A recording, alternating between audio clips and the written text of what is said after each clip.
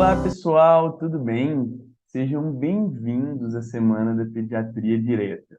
Hoje nós estamos na nossa terceira aula. E para quem caiu aqui de paraquedas, eu vou me apresentar. Eu sou o Beto, eu sou médico pediatra, tenho uma pós-graduação em Psicologia Positiva e também trabalho sendo professor de uma faculdade de medicina e preceptorando residentes de pediatria. Bom, o que é essa semana, então, da Pediatria Direta? É uma semana que eu criei para você, estudante, médico residente, médico generalista, que vai atender criança e que quer atender essas crianças com segurança e clareza. Ou seja, eu vou ensinar vocês aqui a atender com segurança e clareza as principais queixas agudas envolvendo a pediatria. E como é que vai funcionar a nossa semana, então, pessoal? Então, a gente teve a nossa primeira aula, que eu falei 10 erros de conceito muito comuns que atrapalham o médico, muitas vezes, a fazer o diagnóstico correto. Na segunda aula, eu mostrei 10 doenças que até então a gente achava que precisava encaminhar para um especialista, mas que na maioria das vezes a gente consegue resolver sem esse especialista. E a gente chegou nessa terceira aula, que nós vamos falar de 5 prescrições que todo pediatra tem que saber, ou que todo médico que atende a criança tem que saber.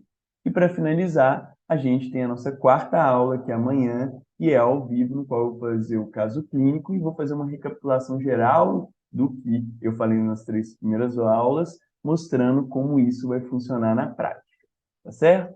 Então, vamos focar aqui nas 5 prescrições mais comuns da pediatria, o que todo pediatra ou médico generalista que atende a criança deveria saber. Nossa primeira prescrição não poderia ser outra que não o resfriado comum.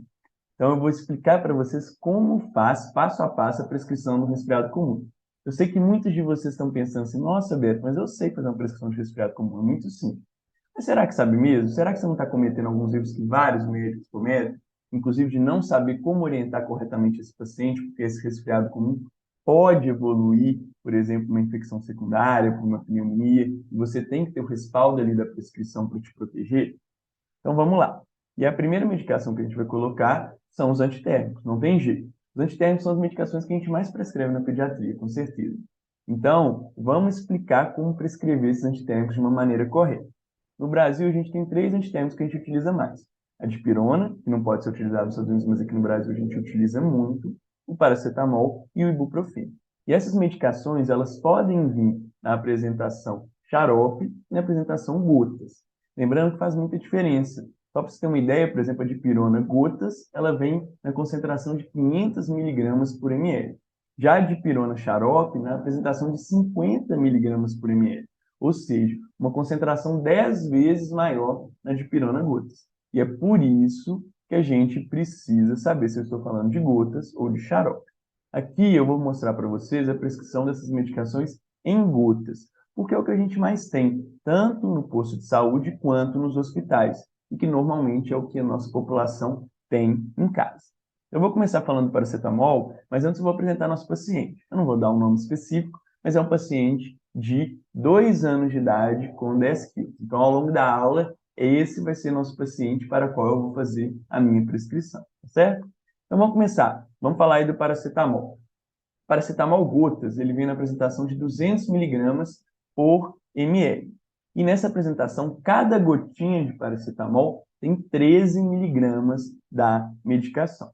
Além disso, eu sei que a dose que eu tenho que dar para esse paciente para baixar a febre é de 10 a 15 miligramas de paracetamol por quilo. Agora vamos lá, vem comigo, vamos raciocinar. Se eu tenho que dar de 10 a 15 miligramas por quilo em cada dose, e eu sei que uma gotinha tem 13 miligramas, vocês concordam que 13 miligramas está nesse intervalo de 10 a 15 que eu tenho que medicar o paciente? Então, a mesma coisa de eu dar uma gota por quilo.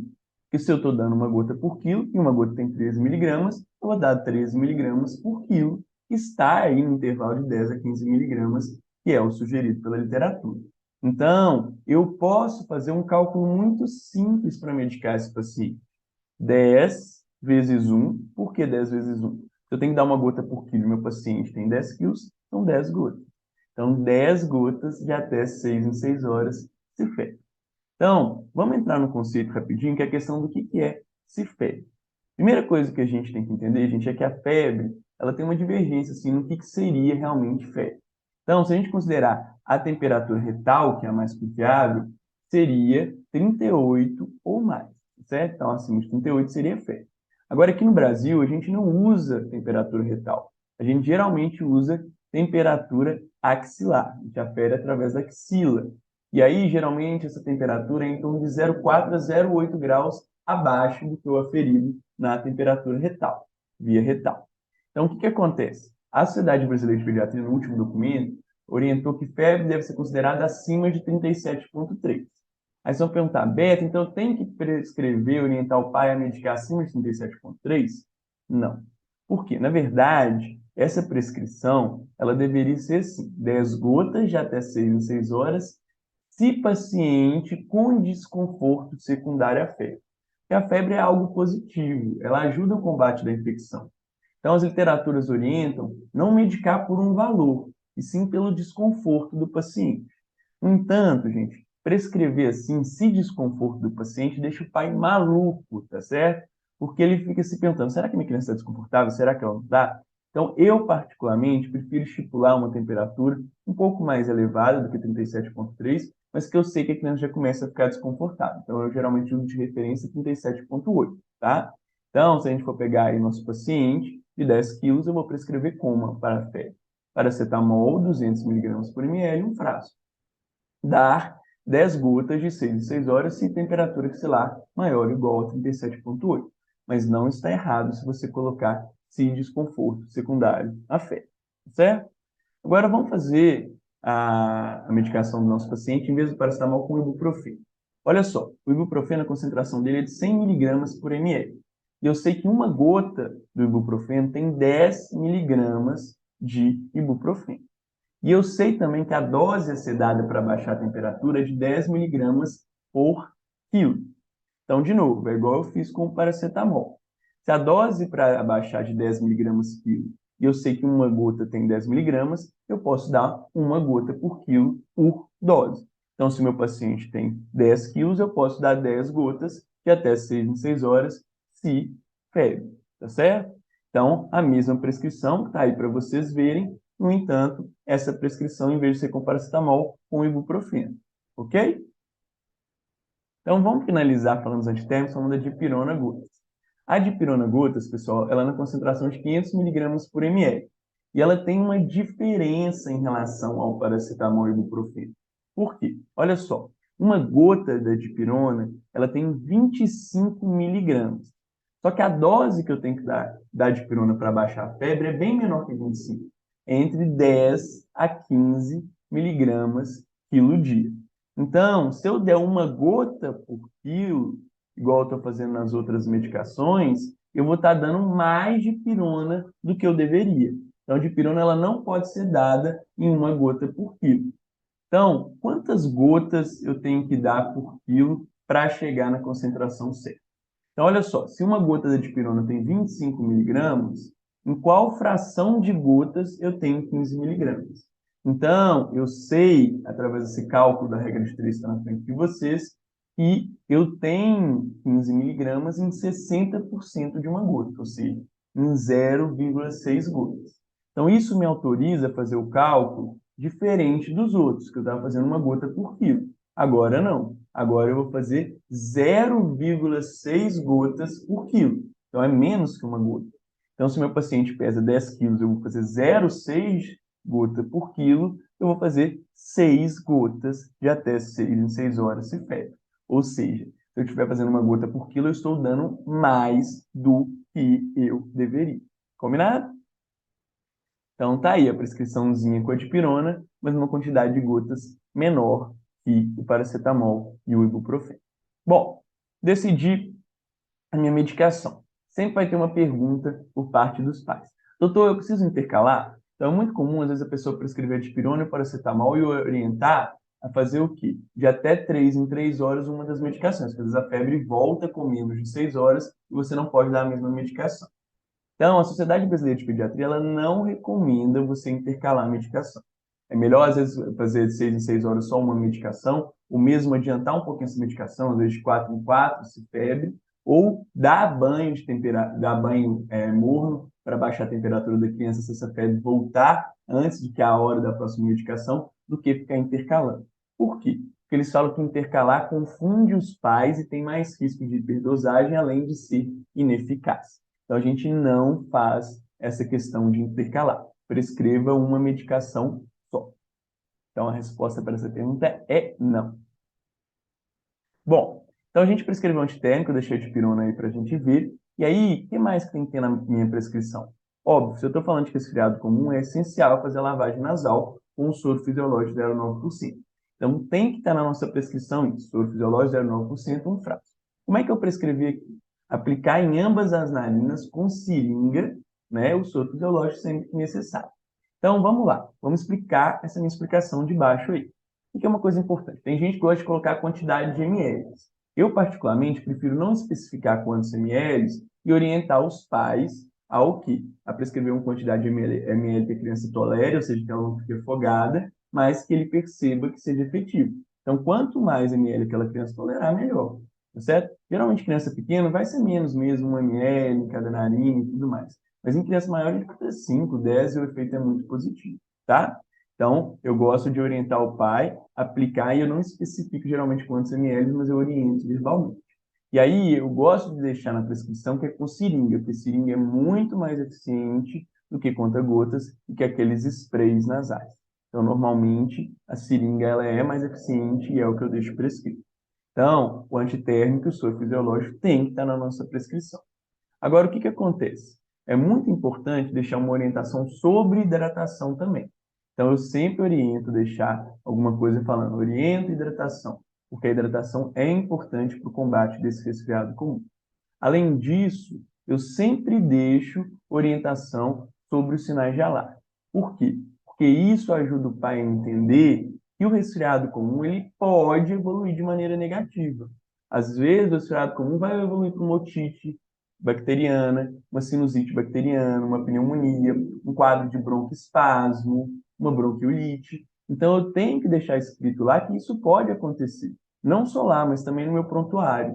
Então, eu coloco retornar-se sinais de cansaço, que é pescoço afundando, barriga afundando, eu explico isso para os pais, sinais de desidratação, boca seca, parar de fazer xixi, prostração intensa, sonolência ou persistência de febre por mais de 72 horas. Por quê? Porque geralmente febre que dura mais de 72 horas está fugindo do padrão de um resfriado comum e eu tenho que investigar a possibilidade de uma infecção bacteriana secundária. Combinado? Então tá bom. Bom, agora um parêntese que eu acho importante da gente falar aqui.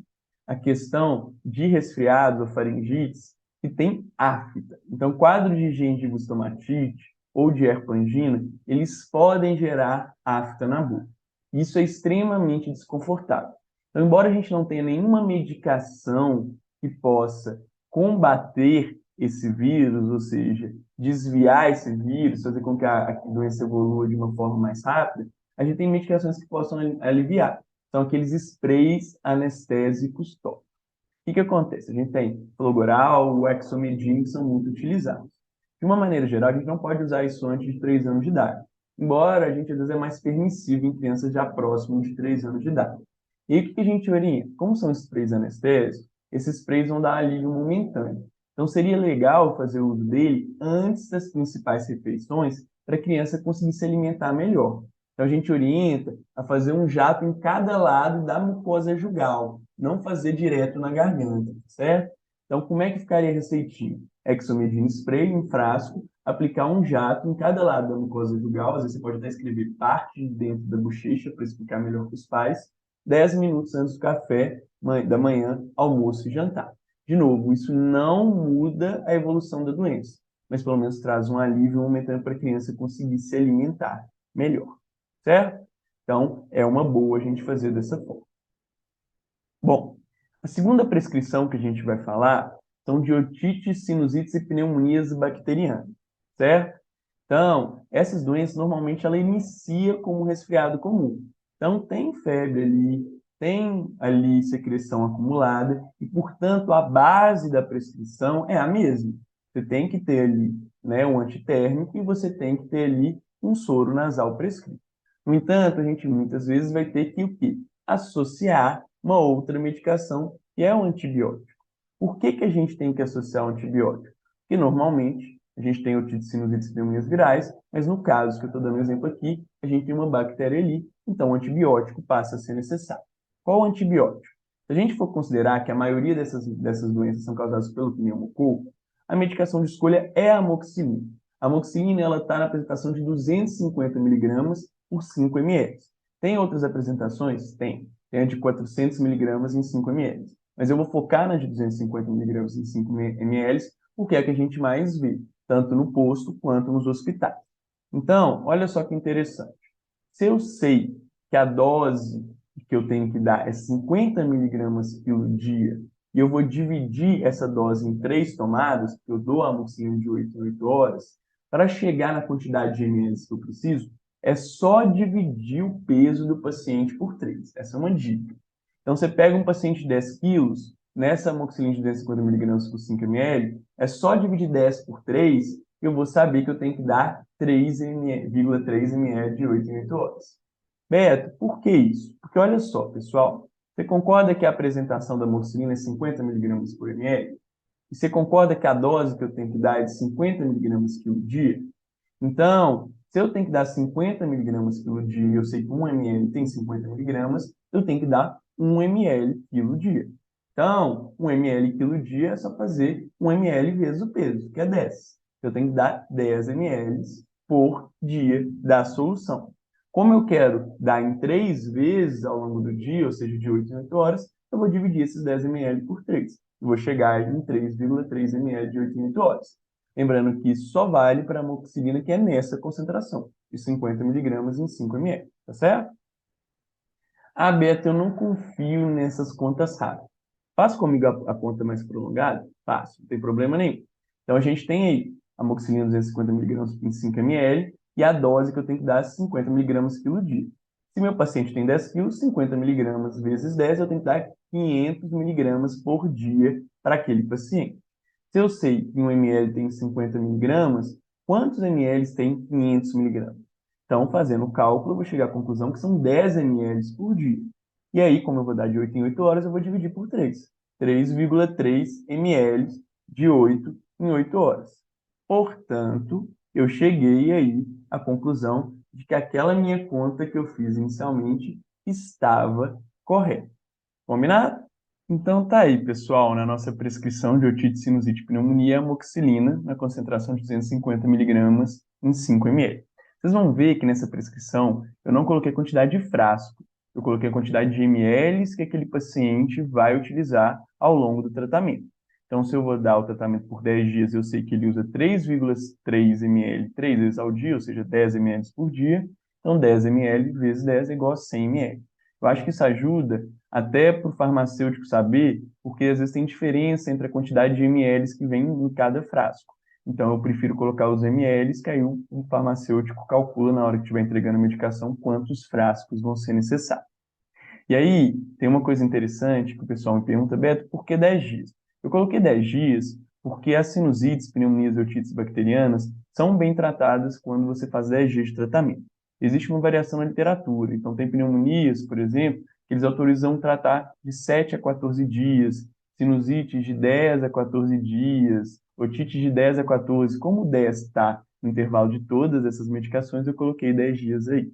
É um bom intervalo terapêutico para tratar qualquer uma dessas infecções bacterianas. Combinado? Além disso, você vai me questionar, Beto, eu posso fazer a amoxicilina de 12 em 12? O que acontece, pessoal? A amoxicilina, ela atua como? Ela precisa ter uma concentração mínima de amoxicilina no sangue, que a gente fala, ao longo das 24 horas. Então, ao longo dessas 24 horas, eu tenho que manter um mínimo ali de amoxicilina para conseguir combater a infecção. O que acontece? Quando eu dou de 8 horas, de 8 em 8 horas, ou seja, eu fragmento mais essa amoxicilina, eu sei que eu vou conseguir manter ali mais igualitariamente, se comparado em dividir em 12 horas, a concentração de amoxicilina do sangue. Então, isso me dá mais segurança. Já de 12 em 12 horas, por eu estar dando só 2 vezes, pode ser que tenha uma oscilação maior dessa concentração mínima no sangue da amoxicilina. Então, pode ser que em algum momento, como o intervalo entre as doses está muito grande, eu não esteja com uma concentração sanguínea de amoxicilina suficiente para combater determinadas bactérias. Quando eu estou falando de pneumococos sensíveis, pessoal, ou mesmo de outros bactérias que são combatidas pela amoxicilina, como, por exemplo, a infecção da garganta, por exemplo, na faringite, que é o Streptococcus beta-hemolítico do grupo A, por exemplo, que é extremamente sensível, eu não preciso ficar me preocupando tanto. Eu posso dar de 12 em 12 horas, tá certo? Por quê? Porque eles precisam de uma quantidade menor de amoxicilina para ser combatido. Agora, quando eu estou falando de pneumococo que já tem uma resistência moderada, aí sim, aí é importante fazer de 8 em 8 horas, porque se eu fizer de 12 em 12 horas, pode ser que não seja o suficiente para combater aquele pneumococo com resistência moderada, certo? Parcialmente resistente à amoxicilina. E como hoje em dia a gente está cada vez tendo mais casos de pneumonias, otites e sinusites por pneumococo que não são sensíveis, que são parcialmente resistentes, então vale a pena a gente fazer de 8 em 8 horas e não de 12 em 12 horas. É lógico que eu tenho uma outra opção, que é o quê? Em vez de fragmentar mais a dose da amoxicilina, aumentar a dose dela.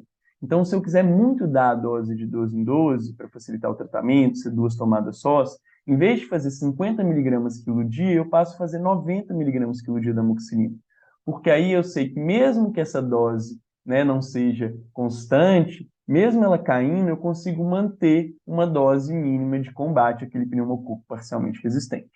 Então, hoje em dia, a gente recomenda no Brasil ou fazer 50 miligramas quilo de 8 em 8 horas ou 90 miligramas quilo de 12 em 12. Então, essa é a explicação. Combinado? Ah, beta e clavulanato. Eu preciso dar clavulanato para esse paciente? A priori, não, pessoal. A não ser que seja uma pessoa que usou nos últimos 30 dias amoxicilina, então você vai ter que usar com clavulanato. E se for uma pessoa que tem história de resistência à amoxicilina. Então, nessas duas situações, uso em menos de 30 dias de amoxicilina ou história de resistência à amoxicilina pura, aí sim eu associei clavulanato. Fora isso, a resposta é não. E Beto, e se o paciente tiver alergia à amoxicilina? Se o paciente tiver alergia à amoxicilina, pessoal, aí eu recomendo a gente fazer alguma medicação do grupo dos macrolídeos. Então, eu particularmente prefiro a claritromicina do que a azitromicina. Eu acho ela mais confiável, certo? Então, a gente tem a claritromicina na prescrição de 250 miligramas em 5 ml ou na concentração de 125 miligramas em 5 ml. Então, vamos fazer o cálculo de uma prescrição com claritromicina para aquele nosso paciente de 10 quilos. Se eu sei que a dose é 15 miligramas quilo dia, então eu sei que eu tenho que dar por dia, se meu paciente tem 10 quilos, 15 vezes 10, 150 miligramas por dia. Vamos pegar a claritromicina na concentração de 250 miligramas em 5 ml. Se eu fizer a regra de 3, eu sei que em 5 ml tem 250 miligramas, em quantos ml tem 150 miligramas? Fazendo o cálculo, eu vou chegar à conclusão que em 3 ml. Como a claritromicina é dividida de 12 em 12 horas, eu vou dar 1,5 ml de 12 em 12 horas por 10 dias para aquele meu paciente. Lembrando que aqui, diferentemente daquela amoxicilina de 250 miligramas por 5 ml, eu faço aquele cálculo rápido, só dividir a quantidade de tomadas, o peso pela quantidade de tomadas, eu não posso fazer a mesma coisa na claritromicina. Por quê? Porque a concentração que eu vou dar no dia, a dose que eu vou dar no dia, ela não é igual à concentração do xarope da medicação. Então, aqui eu sou obrigado a fazer a regra de 3. Então, tá aí a nossa prescrição para otite, sinusite e pneumonia bacteriana com a claritromicina, ou seja, para um paciente alérgico à amoxicilina. Lembrando sempre que a gente tem que deixar aí também, pessoal, sempre as orientações de sinais de alarme, para o paciente saber quando que vai voltar. Bom, dito isso, vamos para a nossa terceira prescrição, que é o broncoespasmo, ou seja, a crise asmática. Então, eu vou ensinar vocês como fazer uma prescrição hospitalar, aquele paciente que está em crise, em vigência, que eu tenho que abortar, e como eu vou mandar ele para casa, ou seja, com qual receita eu mando ele para casa. Então, vamos começar falando das medicações que a gente mais usa na crise de broncoespasmo. As duas principais são os beta-2 agonistas, né, que é o salbutamol, fenoterol e tudo mais, e o corticoide oral, prednisolona, prednisona, que são a duplinha que vão estar sempre presente. A gente tem uma terceira medicação, que é o brometo de pratrópio, que a gente acaba utilizando ele em casos mais graves. Ele também é um broncodilatador, assim como o beta-2 agonista, mas ele geralmente é deixado em casos mais graves ou casos refratários, tá certo? Então vamos começar falando do beta-2.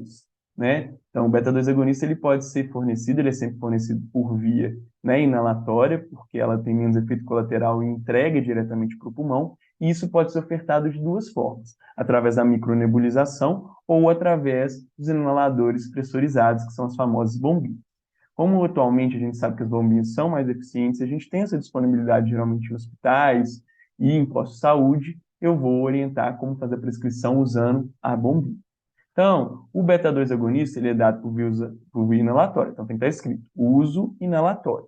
E aí a prescrição é a seguinte: o salbutamol, que é o mais utilizado, que é o Aerolin, ele tem a concentração de 100 microgramas por jato. Então, a gente vai prescrever o salbutamol 100 microgramas por jato, um frasco. E aí você vai colocar a seguinte orientação: aplicar 4 jatos com espaçador de 20 em 20 minutos 3 vezes.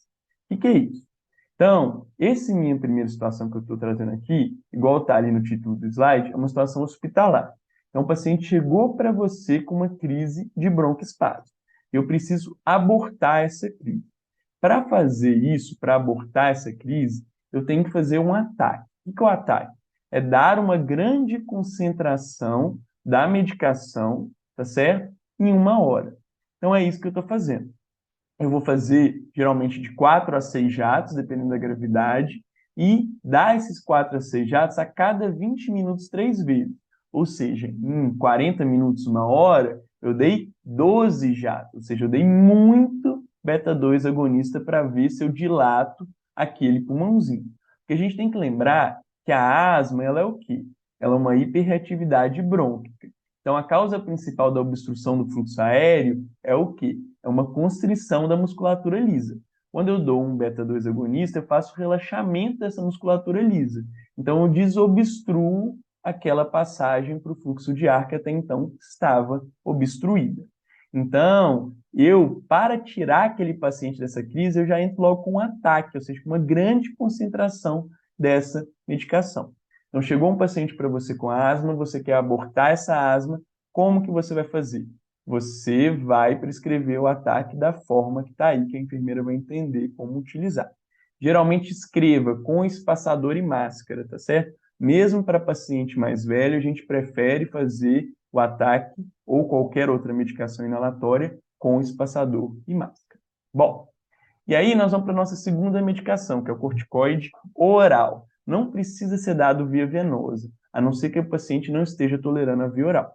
Então, a gente geralmente utiliza o quê? A prednisolona, que vem na concentração de 3 miligramas por ml. E eu geralmente dou a dose uma vez por dia, de 1 a 2 miligramas por quilo por dia. Então, vai uma dica aí para vocês não terem que ficar fazendo cálculo, tá certo? É só dividir o peso do paciente por 3 e eu vou chegar à quantidade de ml que eu vou fazer de prednisolona, se eu tiver querendo, óbvio, né, dar a concentração de 1 miligrama por quilo por dia. Então, o paciente nosso tem 10 quilos, dividir por 3, 3,3. Então, eu sei que eu vou dar para ele 3,3 miligramas por dia, tá certo? 3,3 ml, perdão, por dia. Combinado? Ah, Beto, eu não confio nessas suas contas. Me mostra como é que você chegou até ela. Então, tá bom. Então, olha só. Se a gente tem a concentração do frasco de 3 miligramas por ml, eu quero dar 1 miligrama por quilo por dia para esse paciente, então 1 miligrama por quilo, e meu paciente tem 10 quilos, 10 miligramas por dia que eu quero dar. Se eu sei que um ml tem 3 miligramas, em quantos ml tem 10 miligramas? Então, fazendo essa conta, eu vou chegar à conclusão que é em 3,3 ml. Portanto, a gente vai dar para esse paciente 3,3 ml por dia do corticoide. Como é que isso vai ficar na prescrição ali intra-hospitalar? Então, eu já vou prescrever o meu salbutamol e embaixo já vou prescrever a minha prednisolona, para ser dada imediatamente. Então, prednisolona, 3 mg por ml, um frasco. Dar 3,3 ml agora para o paciente. Beto, eu sou obrigada a começar prednisolona toda vez que o paciente tem crise? Não, às vezes você pode fazer só a bombinha, só o butamol. Mas normalmente a gente acaba entrando, especialmente em pacientes que já têm histórico de internação, de crise grave, para a gente não correr risco. Então, eu particularmente sempre gosto de entrar. Então aí está a prescriçãozinha básica, principalmente numa asma que seja leve, que chegou para você. Quando essa asma ela é grave, pessoal, eu vou ter que entrar com uma terceira medicação. Então chegou uma crise asmática grave, o paciente realmente está ruim. Então esse paciente eu não posso brincar. Então, além de dar o broncodilatador, que é o beta-2 agonista, eu vou dar um outro broncodilatador, que é o brometo de pratrópio, tá certo? Então, ele é usado para casos mais graves, ele também pode ser usado, né, na forma de micronebulização ou de bombinha, e aqui a gente está fazendo a prescrição com bombinha, então eu vou mostrar como que ele vai ser utilizado na bombinha. Então, você vai prescrever brometo de pratrópio, 20 microgramas jato, um frasco. Aplicar 4 jatos com espaçador e máscara de 20 em 20 minutos 3 vezes. Ou seja, você também vai fazer um ataque com ele. Da mesma forma que você fazer um ataque com salbutamol, você vai fazer um ataque com brometo de pratrópio. Quando é caso leve, então tá com crise asmática, mas não tão grave assim, você nem precisa de utilizar. Quando é um caso mais grave, você pode utilizar e vai ter benefício. Se não fizer efeito, aí você suspende. Bom, agora vamos supor que esse paciente saiu da crise. Qual que é a receitinha que ele vai para casa? Lógico, se a gente está falando de um paciente que começou a ter um crise broncoespasmo e está associado com isso um resfriado, tem que ter lá aquela prescrição do resfriado, né? Paracetamol, dipirona ou ibuprofeno, soro nasal, mas a gente tem que colocar o que a mais? A gente tem que colocar as medicações para combater aquela crise asmática e ele continuar fazendo uso dentro de casa. Então, eu vou mandar ele para casa com o salbutamol, não mais de 20 em 20 minutos, né? Senão seria uma loucura. E sim de 6 em 6 horas, tá certo? Pode ser até de 4 em 4, no primeiro e segundo dia, mas depois fica de 6 em 6. E utilizar por mais 7 dias ou até a tosse cessar. Então, eu dei um exemplo aí, aplicar 4 jatos com espaçador e máscara de 6 em 6 horas por 7 dias. E, além disso, eu vou deixar o corticoide que eu iniciei por pelo menos 3 a 5 dias. Eu geralmente gosto de deixar 5 dias no total. Então, o primeiro dia já foi o do hospital, então utilizou lá. Então, a gente vai prescrever para utilizar mais 4 dias em casa a prednisolona, sempre lembrando que é preferível utilizar pela manhã, tá certo? É lógico, se o paciente chegar em crise para você, você não vai esperar a manhã seguinte para começar, mas no dia seguinte você já ajusta a dose para ser iniciada na parte da manhã. Então, lembrar dos sintomáticos e lembrar também dos sinais de alarme. Orientar quando que aquele paciente tem que retornar, porque pode ser que aquele quadro não evolua como a gente espera. Combinado? Vamos para mais uma prescrição aí, a nossa quarta. E essa quarta é a prescrição da gastroenterite. Então, eu brinco que pediatra cuida de duas coisas, catarro e caganeira. Então, a caganeira, que é a gastroenterite, vai ser super comum no nosso dia a dia de pediatria ou de médico que atende pediatria. Combinado? Então, a gastroenterite, eu também vou fazer duas prescrições aqui para vocês. Uma domiciliar e uma hospitalar, tá certo? Mas dessa vez eu vou começar com a domiciliar. Então, quando que eu vou mandar o paciente para casa sem ter que fazer nada no hospital? Quando a gente considera que ele não está desidratado. Então, eu tenho que mandar para casa porque eu não preciso ficar hidratando ele no hospital. É o caso dessa nossa primeira prescrição aí, tá bom? Então, como é que vai ser feita? A primeira coisa, tem que ter lá na nossa prescrição antitérmica, que muitas vezes a gastroenterite, né, que são essas diarreias agudas infecciosas, elas têm febre associada. Então, eu deixei já prescrita aí a nossa dipirona para o nosso paciente. Além disso, pessoal, eu vou deixar prescrito, que é o mais importante, o soro de reidratação oral. Se a paciente não está desidratada, então pôde ir para casa, o meu objetivo é que ela não desidrate, porque senão ela vai ter que voltar para o hospital. Então, por mais que outros líquidos sejam bons de ser dado, água, água de coco e tudo mais, é o soro de hidratação oral que vai repor tudo que ela está perdendo através da diarreia e do vômito. Ou seja, vai repor não só a água, mas os íons e outras substâncias que ela está perdendo através dessa diarreia de vômito. Por isso que é tão importante. Então, a gente prescreve, você pode prescrever soro de reidratação oral, um frasco. No entanto, nos postos de saúde, geralmente tem sachê de sais de reidratação oral. Então, a pessoa vai pegar aquele sachê e vai diluir em água. Então, eu dei o exemplo com sachê para facilitar. Então, sais de reidratação oral, 5 sachês, você coloca o número de sachê, e orienta, diluir o sachê em água filtrada, conforme a orientação do rótulo, que alguns são em 500 ml, outros são em 1 litro, tá certo? E dar 100 ml após cada episódio de diarreia ou vômito. Por que 100 ml, pessoal? Porque a orientação da Sociedade Brasileira de Pediatria, se a criança tiver menos de 10 quilos, você dá de 50 a 100 ml para cada episódio de diarreia ou vômito para compensar o que ela está perdendo. E se for maior de 10 quilos, de 100 a 200. Como o 100 ml está aí, né, na interseção dos dois, eu acabo fazendo o quê? Prescrevendo 100 ml, porque é mais fácil. Combinado? Então, você dá essa orientação e, claro, orienta os sinais de alarme para retorno. Então, essa é a base da prescrição domiciliar.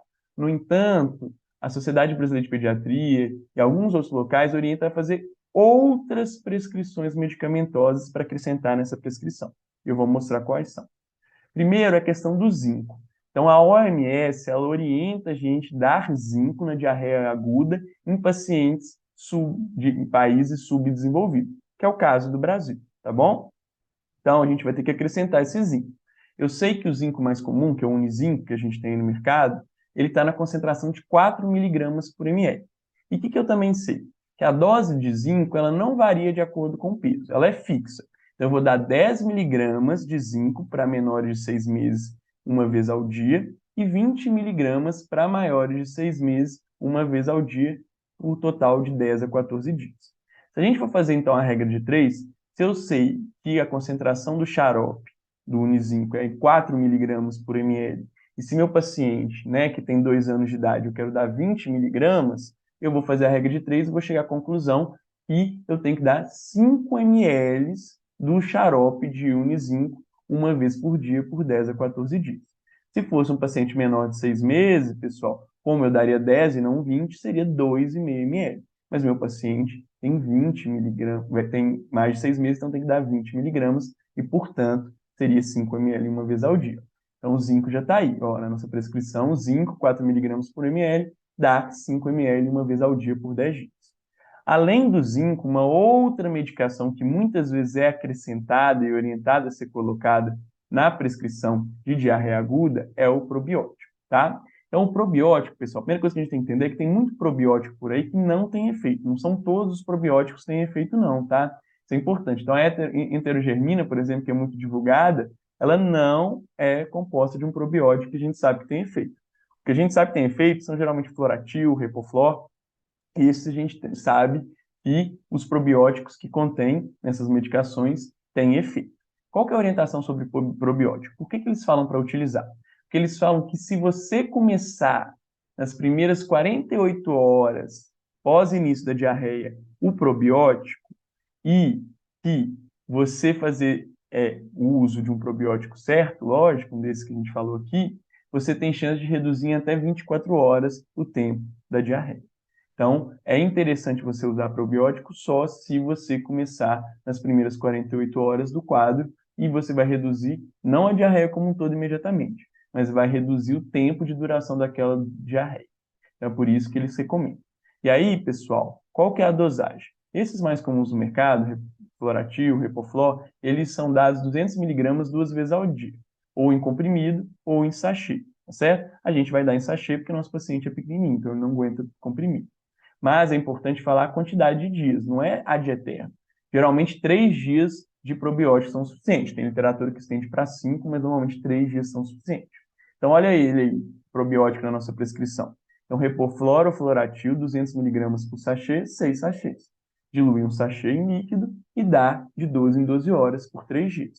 Agora sim, eu tenho uma prescrição de gastroenterite domiciliar contemplando tudo. Lembrando que essa gastroenterite, ela é viral, se fosse bacteriano, que é muito mais raro que a viral, aí eu deveria colocar um antibiótico, uma azitromicina, mas como esse não é o caso mais frequente, não vai estar na nossa prescrição, tá bom? E lembra sempre, pessoal, de orientar esse paciente com relação aos sinais de alarme.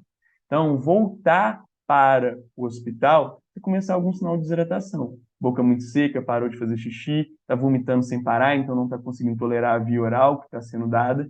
Nesses casos, vai ter que voltar no hospital, sim. Então, coloque isso lá na sua prescrição. Bom, mas vamos supor que o paciente chegou lá com gastrite, mas ele não estava hidratado. Ele estava ou com uma desidratação leve ou com uma desidratação grave. Se for uma desidratação leve, pessoal, vocês vão dar o soro oral também, só que em vez de liberar para casa, vocês vão dar ali, sob visualização no hospital. Então, vocês mantêm o paciente ali umas 4 horinhas, dando soro para ver se você tira dessa desidratação leve, tá certo? Agora, se for uma desidratação grave, pessoal, não tem jeito. Eu vou ter que lançar mão de o quê? De medicação venosa, de soroterapia venosa. E aí eu vou explicar para vocês como é que a gente vai fazer. A gente vai fazer isso em dois tempos. A gente tem o soro venoso de expansão e o soro de manutenção. O soro de expansão é para tirar aquele paciente realmente daquele quadro de desidratação. Então, eu vou dar um grande volume de líquido para ele deixar de ficar desidratado. E aí, a medicação utilizada é o soro fisiológico 0,9% a 20 ml quilo. Então, é muito fácil fazer essa prescrição, tá certo? Lembrando que é 20 ml quilo, no entanto, se eu tiver um paciente cardiopata, nefropata, que não consiga lidar com volume, ou até mesmo um recém-nascido, eu não posso fazer nesse volume de 20 ml quilo, é muito. Eu faço 10 ml quilo, combinado? Como o nosso paciente de 2 anos não tinha nada de comorbidade, eu vou fazer 20 ml quilo. Como ele tem 10 quilos, eu vou dar 200 ml. Portanto, nesse paciente, a prescrição vai ser como desse soro de expansão? Soro fisiológico 0,9%, um frasco, correr 200 ml por via venosa, agora em 30 minutos. E aí eu deixo assim, repetir a critério médico. Por que eu deixo repetir a critério médico? Porque às vezes você vai precisar de fazer mais de um soro de expansão para tirar aquela criança da desidratação. Às vezes eu vou precisar de 2, 3, para que ela não fique mais desidratada. Tá bom? Então essa é a prescrição na expansão. Eu posso muitas vezes associar isso um antiemético, tá, pessoal? E aí é interessante a gente falar de antieméticos, são aqueles remédios para cortar a vômito. Porque muitas vezes esses pacientes com gastrite, eles estão com diarreia e com vômito muito intenso. Então isso faz com que ele perca mais líquido. Na maioria das literaturas, eles falam que eu não preciso prescrever antiemético, nem deveria, porque só de hidratar o paciente, ele vai parar de vomitar. Mas algumas literaturas autorizam você a fazer um antiemético como forma de evitar que aquela criança se vomite demais e desidrate, e na prática a gente utiliza muito, tá? Qual antiemético que a gente pode usar na criança? A gente geralmente usa a ondansetrona, que tem via oral, tá certo? Mas, por um comprimidinho, mas como a gente está falando de um paciente grave aqui, com desidratação grave, a gente vai prescrever por via venosa. Então, a ondansetrona, ela tem a apresentação na ampola de 2 mg por ml. E a concentração que eu vou dar de dose é 0,15 miligramas por quilo por dose. Então, se meu paciente tem 10 quilos, eu quero dar 0,15 miligramas, eu quero dar 1,5 miligramas de ondansetrona. Fazendo a regra de 3, se eu sei que 1 ml tem 2 miligramas, quantos ml eu vou precisar para ter 1,5 miligramas? Então, fazendo essa regra de 3, eu vou ver que é 0,75 ml, ou seja, menos de ml. Óbvio, se 1 ml tinha 2 miligramas e eu quero 1,5 miligramas, é lógico que vai ser menos 1 ml.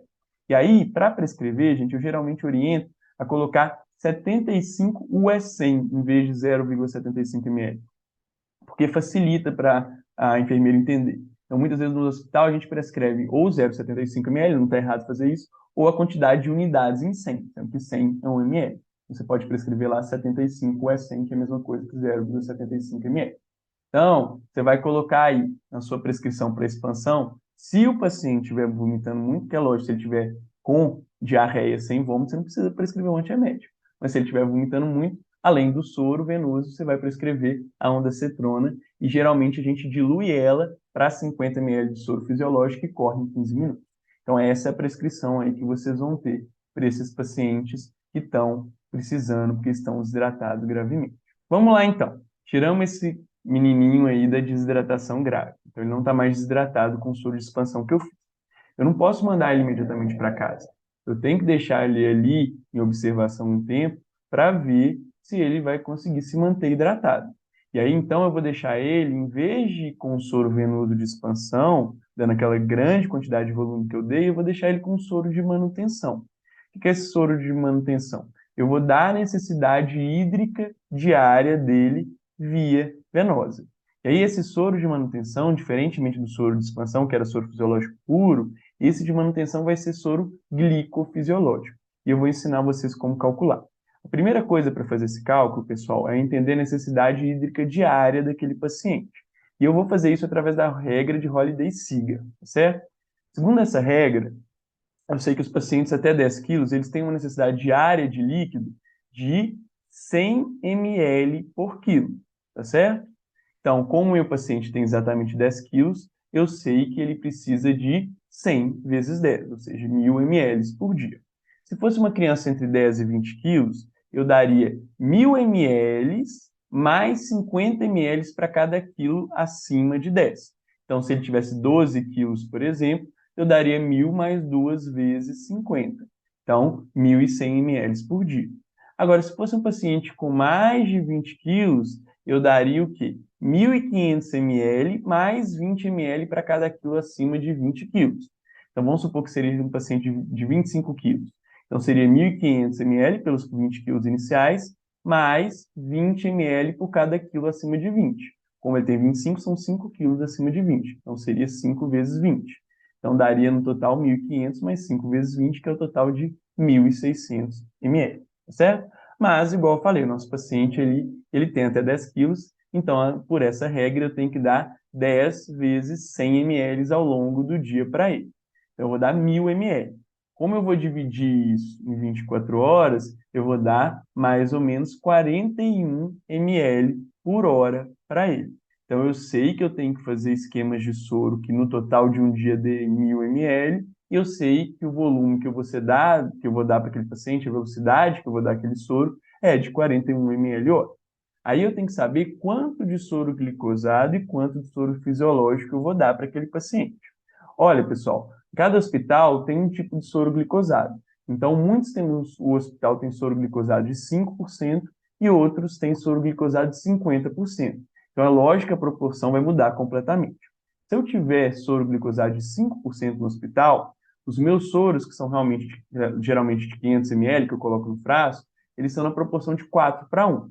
Então, cada frasco de 500 ml vão ter 100 ml de soro fisiológico e 400 ml de soro glicosado 5%. Ou seja, 400 ml de soro glicosado para 100 ml de soro fisiológico. 4:1. Como eu sei que meu paciente vai precisar de 1.000 ml ao longo do dia, então eu vou prescrever 2 esquemas de 500 ml. Vocês concordam comigo? Porque se eu prescrever um só, vai dar somente para 12 horas. Ok? Então, sabendo disso, eu vou colocar do jeito que está aí. Então, 400 de soro glicosado 5%, 100 ml de soro fisiológico. Correr é V, né, a 41 ml hora. Então, é assim que vai estar lá na minha prescrição. Combinado? Agora, se eu estou falando de soro glicosado 50%, isso muda. Eu não posso dar na proporção de 4:1, senão eu vou dar muita glicose para esse paciente. Então, geralmente, no frasco de 500 ml, eu vou fazer com 460 ml de soro fisiológico e 40 ml só de soro glicosado. Beto, mas é muito menos do que você fez no slide anterior, no soro glicosado de 5%. Sim, é muito menos. No entanto, a quantidade de glicose que eu estou dando é igual. Olha só, se eu sei que o soro glicosado de 50%, ele tem ali, né, 50% de glicose, se eu estou dando 40 ml, eu estou dando 20 miligramas de glicose. E o soro glicosado 5%, se eu sei que ele tem 0,05 de glicose, e eu estou dando 400 ml, eu estou dando os mesmos 20 miligramas de glicose. Então, para você dar a mesma quantidade de glicose, ou você dá em cada soro de 500, 400 ml de soro glicosado 5%, ou 40 ml do soro glicosado 50%. Então, eu vou fazer aí, no exemplo, está aí o soro glicosado 50%, mas a orientação de como correr é a mesma. 41 ml hora é V agora. Agora, muitas literaturas falam, principalmente para aqueles pacientes que vão ficar mais dias no hospital, acrescentar potássio a esse soro. Então, colocar 2 ml de KCl 10% para cada 100 ml da solução. Então, se a minha solução que eu fiz ali tinha 500 ml, não era 460 de soro fisiológico e 40 de soro glicosado, então, para cada 100 ml eu vou dar 2, eu vou dar um total de 10 ml para esse soro de 500 ml. Então, vai ter 10 ml de KCl. Então, vai ficar assim, do jeito que está aí, ó. Soro fisiológico, 460 ml, soro glicosado 50%, 40 ml, e cloreto de potássio 10%, 10 ml. Correr soro a 41 ml hora é V agora. Eu sei que vocês vão falar, nossa, Beto, mas eu acrescentei 10 ml ali de potássio, não vai fazer muita diferença? Não, pessoal. Primeiro que cabe no frasco, tá? Cabe no frasco de 500 ml esses 10 ml a mais, e não vai fazer muita diferença no volume que você estiver dando, tá? Além disso, o que você já pode fazer é deixar prescrito o soro de hidratação para aquele paciente. Por quê? Eu só vou poder liberar esse paciente para casa, não só quando eu estiver seguro, mas quando ele estiver tolerando a via oral, para eu ter certeza que ele pode ir para casa com aquela prescrição que eu fiz lá domiciliar. Então, nesse sentido, é bom depois de um tempo, quando você está sentindo o paciente mais firme, mais atento, mais acordado, você já começar o soro oral e fornecendo para ele o soro oral, porque aí você vai estar mais seguro de liberar ele para casa. E quando ele estiver bem, você vai liberar ele para casa com aquela mesma prescrição que a gente fez, com o site de hidratação oral, com antitérmico, com zinco e com probiótico, se for nas primeiras 48 horas. Combinado? Bom, e agora a nossa última prescrição. A nossa última prescrição é da dermatite atópica. E é uma doença de pele extremamente comum e que a gente tem que saber como cuidar. Então, a gente vai ter aí, pessoal, duas medicações que são bases quando você tiver com uma dermatite atópica agudizada. Porque a dermatite atópica é uma doença de pele recidivante. Então, ela tem períodos de melhora e períodos de piora. Então, eu vou ensinar vocês a tratar os períodos de piora, que é isso que vai aparecer para você, tá bom? Então, primeira coisa que a gente sempre tem que prescrever nesses pacientes são antialérgicos ou antihistamínicos. Por quê? O que acontece? A dermatite atópica ela tem como ponto central a xerose. E a xerose gera muita coceira e gera muito desconforto para aquele paciente. Então, a gente tem que cuidar dessa coceira. Então, eu tenho que prescrever um antialérgico. E aí, o antialérgico que eu vou usar, geralmente é de segunda geração. Então, de primeira geração, ele cede o paciente, ele deixa um sono, igual o polaramine, que ele ultrapassa a barreira hematocefálica. O de segunda geração, não. Então, eu acabo preferindo. Tem a desloratadina em menor de 2 anos e a loratadina para maior de 2 anos. Então, geralmente, essa é a minha opção terapêutica, tá certo? A loratadina, que é o caso do nosso paciente, que ele já completou 2 anos, a dose dela é fixa, é 5 miligramas quando o paciente tem 2 a 6 anos de idade e 10 miligramas quando ela é maior de 6 anos. Como a minha criança aí, né, é uma criança de 2 anos de idade, então eu vou dar 5 miligramas. A concentração da loratadina é 1 miligrama por ml. Se eu quero dar 5 miligramas, vou dar 5 ml. Então, a minha prescrição vai estar tomar 5 ml uma vez ao dia por 10 dias a loratadina. E aí, eu estou dando um antialérgico que vai ajudar muito. Junto com isso, pessoal, tem a duplinha do antialérgico, que é o corticoide tópico, o corticoide creme. Por quê? Porque ele tem um papel anti-inflamatório importante se passado no local onde estão aquelas dermatites, onde estão aquele eczema, certo?